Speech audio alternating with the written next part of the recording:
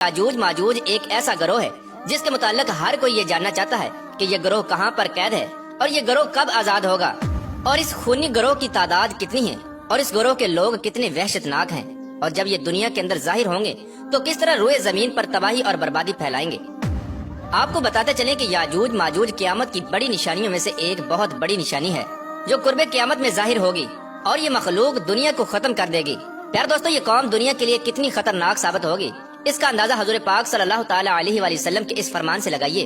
हजरत उम्मे Habiba रदियल्लाहु ताला अन्हा बयान करती हैं कि हजूर पाक सल्लल्लाहु ताला अलैहि वसल्लम की ज़ौजा मोहतरमा हजरत ज़ैनब बिन्त जहश रदियल्लाहु ताला अन्हा ने फरमाया कि एक दिन हजूर पाक सल्लल्लाहु ताला अलैहि वसल्लम घबराए हुए घर में तशरीफ लाए।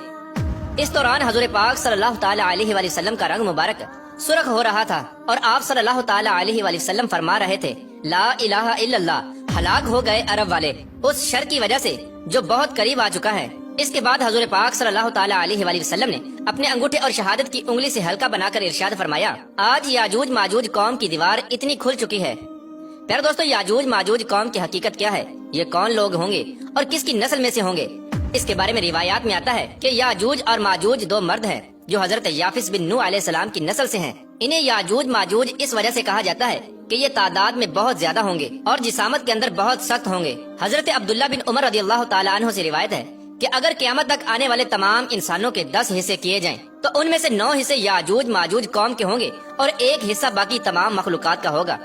इस रिवायत से बाखूबी अंदाजा लगाया जा सकता है कि ये लोग तादाद में कितने ज्यादा होंगे। प्यारे दोस्तों, अब बात करते हैं कि याजूज माजूज कौम कैसी होगी, इनकी शक्ल सूरत और हैयत कैसी होगी। इसके बारे में रिवायात में आता है कि याजूज माजूज कौम का एक गिरोह बहुत ज्यादा लंबा होगा और ये गिरोह हशरातुल अर्द यानी सांप बिच्छू और जमीन के कीड़े मकोड़े खाता होगा। याजूज माजूज कौम की नस्ल 1 साल में जितना बढ़ती है इतना कोई भी मखलूक नहीं बढ़ती। ये कौम एक दूसरे को कबूतरों की तरह बुलाती है और कुत्तों की तरह बोलती है। इस खौफनाक मखलूक के अंदर बाद लोगों के सींग दुम और लंबे लंबे दांत होंगे जो कच्चा गोश्त खाते होंगे। प्यारे दोस्तों, याजूज माजूज मखलूक के 40 गिरोह हैं जिनकी खलकत और शक्ल सूरत एक दूसरे से नहीं मिलती। इन 40 गिरोहों में से हर गिरोह का बादशाह और जबान अलग अलग है। इन लोगों का ज्यादातर खाना पीना शिकार से होता है और ये कौम इतनी खतरनाक कौम है कि भूख लगने पर एक दूसरे को भी खा जाती है। हजरत हुज़ैफा रदियल्लाहु ताला अन्हु से रिवायत है कि वो बयान फरमाते हैं कि याजूज एक गिरोह है और माजूज 4 गिरोह हैं और इनके हर गिरोह के अंदर 4 लाख अफराद हैं और इस कौम का हर शख्स उस वक्त तक नहीं मरता जब तक 1000 बच्चे पैदा न कर ले। याजूज माजूज कौम में से एक गिरोह ऐसा है जो 4-4 गज लंबा और 4-4 गज चौड़ा है। हजरत अली रदियल्लाहु ताला अन्हु बयान फरमाते हैं कि याजूज माजूज कौम का एक गिरोह ऐसा भी है जिनका कद सिर्फ एक बालिश्त के बराबर है और उनके चरिंदों जैसे पंजे हैं और दरिंदों जैसे दांत हैं। उनके बाल लंबे लंबे हैं जो उनको गर्मी और सर्दी से बचाते हैं और इस गिरोह के कान इतने लंबे हैं कि एक कान में सर्दी और दूसरे कान में गर्मी बसर करते हैं। और याजूज माजूज कौम का एक गिरोह ऐसा भी है जो सोते वक्त अपने एक कान को नीचे बिछा लेता है और दूसरे कान को ओढ़ लेता है। और ये कौम इतनी खतरनाक है कि अगर इस कौम का कोई फर्द मर जाए तो ये कौम खुद ही उसको खा जाती है। हजरत अकरमा रदियल्लाहु ताला अन्हु बयान फरमाते हैं कि शब असरा की रात अल्लाह तबारक व तआला ने मुझे याजूज माजूज कौम के पास भेजा। मैंने इस कौम को इस्लाम की तबलीग की, लेकिन इस कौम ने इस्लाम को कबूल करने से इनकार कर दिया और ये कौम दोज़की लोगों और शैतानों के हमरा जहन्नम में जाएगी। प्यारे दोस्तों, इस खौफनाक मखलूक को आज से हजारों साल पहले हजरत जुल्करनैन अलैहिस्सलाम ने एक दीवार के पीछे कैद कर दिया था। ये कौम आज तक उसी दीवार के पीछे कैद है और एक मुकर्ररा वक्त में अल्लाह तबारक व तआला इनको आजाद करेगा। चुनाचे नबी करीम रऊफुर रहीम सल्लल्लाहु ताला अलैहि वसल्लम ने याजूज माजूज कौम की दीवार के मुताल्लिक इरशाद फरमाया कि याजूज और माजूज की कौम रोजाना उस दीवार को खोलते हैं, यहाँ तक कि जब वो दीवार खुलने की करीब आ जाती है तो इस कौम का सरदार अपनी कौम से कहता है कि आओ अब वापस चलें, कल इस दीवार को तोड़ेंगे। आप सल्लल्लाहु ताला अलैहि वसल्लम ने इरशाद फरमाया कि अल्लाह तबारक व तआला उस दीवार को फिर उसी तरह बना देता है जिस तरह वो दीवार पहले थी, यहाँ तक कि जब इस कौम की मुद्दत पूरी हो जाएगी और अल्लाह तबारक व तआला इस कौम को लोगों पर भेजने का इरादा फरमाएगा और क़यामत की इस निशानी के ज़हूर का वक्त करीब आ जाएगा, तो उस वक्त याजूज माजूज कौम का सरदार अपनी कौम से कहेगा कि वापस लौटो, इंशाअल्लाह कल इस दीवार को तोड़ेंगे। यानी वो अपनी बात को इंशाअल्लाह के साथ इस्तिस्ना करेगा। फिर आप सल्लल्लाहु ताला अलैहि वसल्लम ने इरशाद फरमाया, कल जब ये लोग उस दीवार के पास दोबारा वापस आएंगे तो इस दीवार को उसी तरह पाएंगे जिस तरह उस दीवार को छोड़ कर गए थे। बस वो अल्लाह तबारक व तआला के हुक्म से उस दीवार को तोड़ देंगे और लोगों पर निकल आएंगे। اور یہ لوگ روئے زمین کا سارا پانی پی جائیں گے اور لوگ ان سے ڈرتے ہوئے بھاگیں گے۔